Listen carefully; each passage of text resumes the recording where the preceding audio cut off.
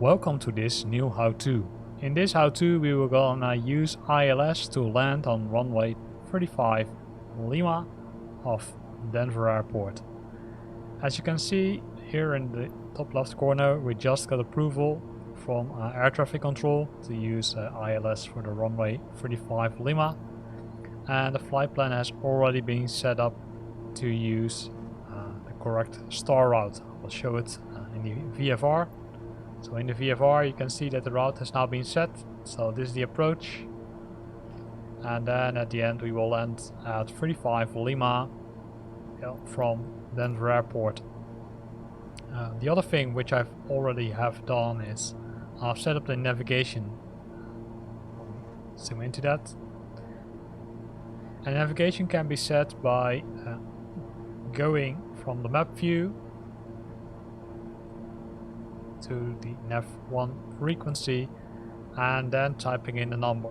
So in this case it's set to the default navigation radio, but for the ILS for runway 35L it's 108.50, and once you entered it, press the X4 button. That will activate the radio and will make sure that once it can intercept the radio channel, it will intercept it. So that's it for now. So it's good. We can go to full mode here again, and then we can continue to fly until we got instructions from air traffic control to decrease the altitude, which will happen when we're close to the airport. They will instruct us to do that.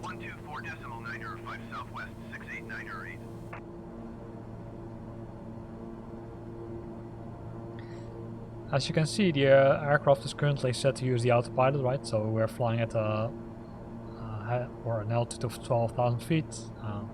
We're having 180 knots. That's the current speed. And we're making our way slowly to Denver.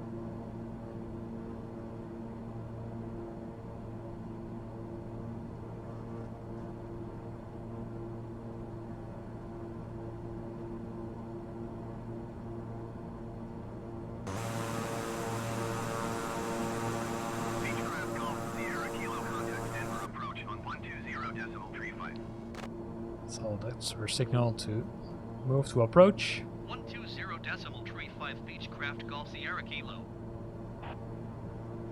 So we're contacting Denver approach. Denver approach Beechcraft Alpha Sierra, X-ray Golf Sierra Kilo 12,000 feet. Beechcraft Alpha Sierra, X-ray Golf Sierra Kilo Denver approach. Continue to orbit as planned. Altimeter tree, 0.33. So we're gonna correct the altimeter a bit. So that's done. And then wait for the new instructions from Denver approach. As you can see, we're pretty close to the airport, right? So this is the let me zoom in. This is the distance to the next waypoint. So 3.9 miles, and this is the ETA, so the time when we arrive at the specific waypoint.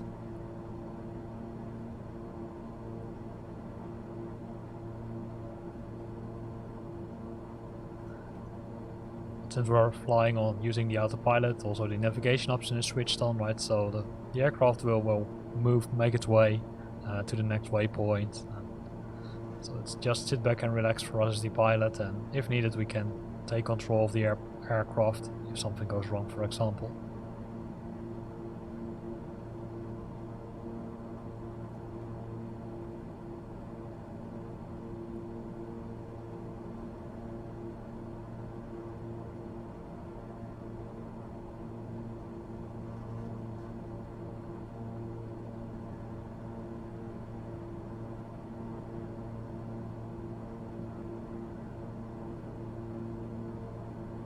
So as you can see here, there's no interception of the radio signal yet, so we need to give it some more time. You will see that it will appear here coming close to the airport.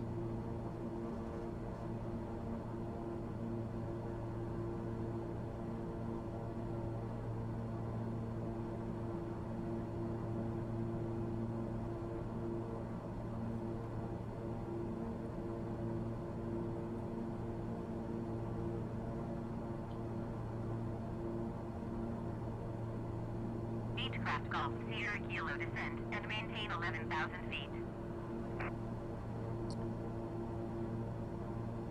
Descend and maintain 11,000 feet, Beechcraft Golf Sierra Kilo.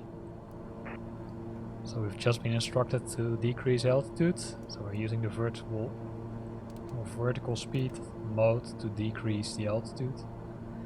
So and once you have done that, right, you can see here's the value we set up, so we're decreasing with 600 feet per minute.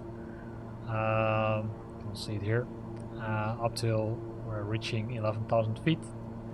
You can even do it further, right, so you can press the buttons here and decrease even further. Keep an eye on your speed. If you decrease fast, then don't forget to pull back the throttle a bit. Beechcraft Golf Sierra Kilo descend and maintain 10,000 feet. So you're going further down. Descend and maintain 10,000 feet, Beechcraft Golf Sierra Kilo. So we've done that. So we're still decreasing speed, and here comes the glide scope, right? So these are the dots, and this dot is the position of the airplane. So ideally it should be in the middle. If you're in the middle, then you're good. But what you will see is that we're going to switch on the approach mode from the autopilot, and it will make sure that we're, I would say, following the right course. Beechcraft Golf Sierra Kilo descend and maintain 9,000 feet. So decrease further to 9,000.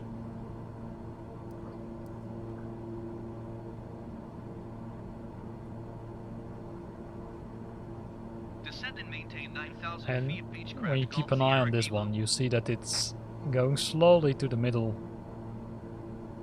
So the closer you're to the middle, the better it is, because then the closer to the requested altitude you are. So what we're gonna do is we're gonna use this button, and this button is the approach mode. And once the approach mode is activated, you will see that here the numbers GP are displayed, which stands for glide scope. 15 miles south of Denver. Contact Denver Tower on 133 decimal tree when inbound. Tower on 133 decimal tree, Beechcraft Golf Sierra Kilo.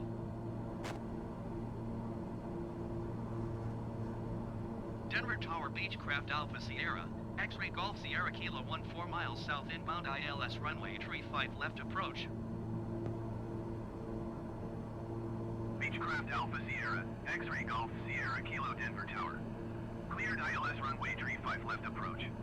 Altimeter tree 0 decimal tree 1 wind 122 at 10.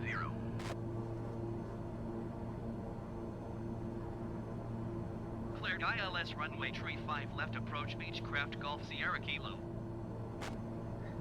So now we're done with the radio talking. You see that the letters GS are now green, which means it has captured the glide scope.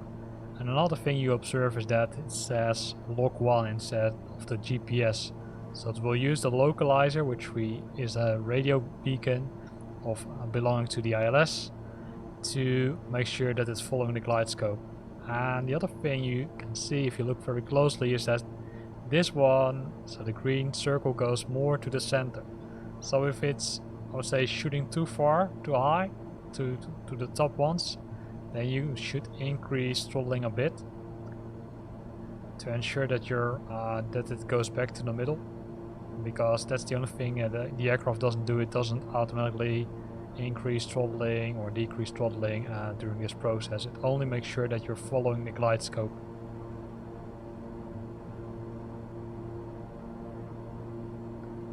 And don't start panicking directly if this is, let's say, like this, because at the end the autopilot will make sure that you're following the correct glide scope. Beechcraft Golf Sierra Kilo cleared to land runway 35 left. Wind 122 at 10.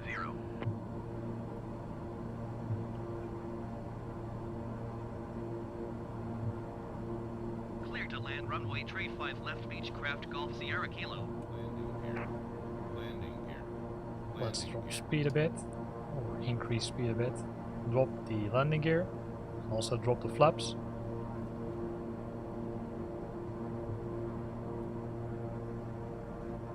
So dropping the flaps will decrease the speed, but will make sure that we're gliding a little bit better, right? So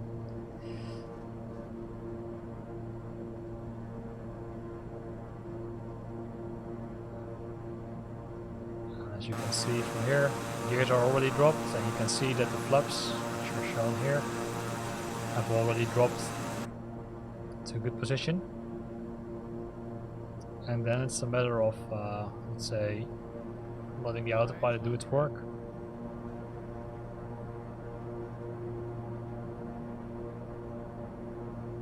And that will go pretty good in most cases. You can see that from this perspective, right? If we look at the green arrow, we're a little bit too low. But it now will come back, as you can see. Right? So it comes back to the center. It's not there yet. So we're gonna decrease speed because the airplane doesn't land automatically when using ILS, right? It's only using the glide scope. And you always need to do the last part yourself. So pull back the stick, decrease speed, and make a smooth landing. And then don't forget to brake. To turn to the left for some reason. Golf Sierra Kilo contact ground on 127.5. For some reason, this airplane has wants always to go to the right. 127.5 Beechcraft Golf Sierra Kilo. And then it's your time to contact the ground and go either to parking or to the gates, Denver which is Ground good. Beechcraft Alpha Sierra. X-ray Golf Sierra Kilo request taxi to the gate. And as you could see, there's another airplane coming, and I just Beechcraft Alpha Sierra, X-ray Golf Sierra Kilo taxi to gate Bravo 90 via taxiway cross runway 35 left Mike 6 Mike Alpha Sierra Lima Echo Charlie Bravo Sierra Kilo. and I also received one of the recognition points. Sierra Kilo, hold position, caution, other traffic. And that recognition point is for 100 miles doing, I think, maybe taxiing or something. So let's acknowledge the taxi. Taxiing to gate Bravo 90 using taxiway cross runway 35 left Mike 6 Mike Alpha Sierra Lima Echo Charlie Bravo Sierra Kilo Beechcraft Golf Sierra Kilo. And this is also where the how-to ends, right? So we're now traveling to the, or taxiing to the runway, or to, sorry, not to the runway, to the gate. So in this tutorial I showed you how you can use the ILS for landing, and as you could see it was pretty easy. It makes landing easier. You need to set up the beacon, right? So the ILS radio frequency, you need to configure it manually. In some cases, for example, with the I think it was with the Boeing. I saw that it changed the frequency automatic, so that's good, great. But if you see, well, it's always good to, I would say, to check, hey, has the radio frequency been changed? If not, then you need to change it manually. So I hope this tutorial was useful for you.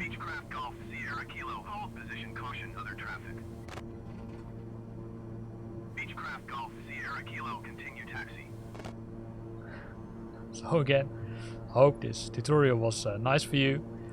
I hope you learned something from it. If you liked this video, then consider to press that like button. If you've got questions related to this or comments, then use the comment box below the video. And if you would like to see more of these videos, then consider to subscribe to my channel. Thanks for watching, and see you next time.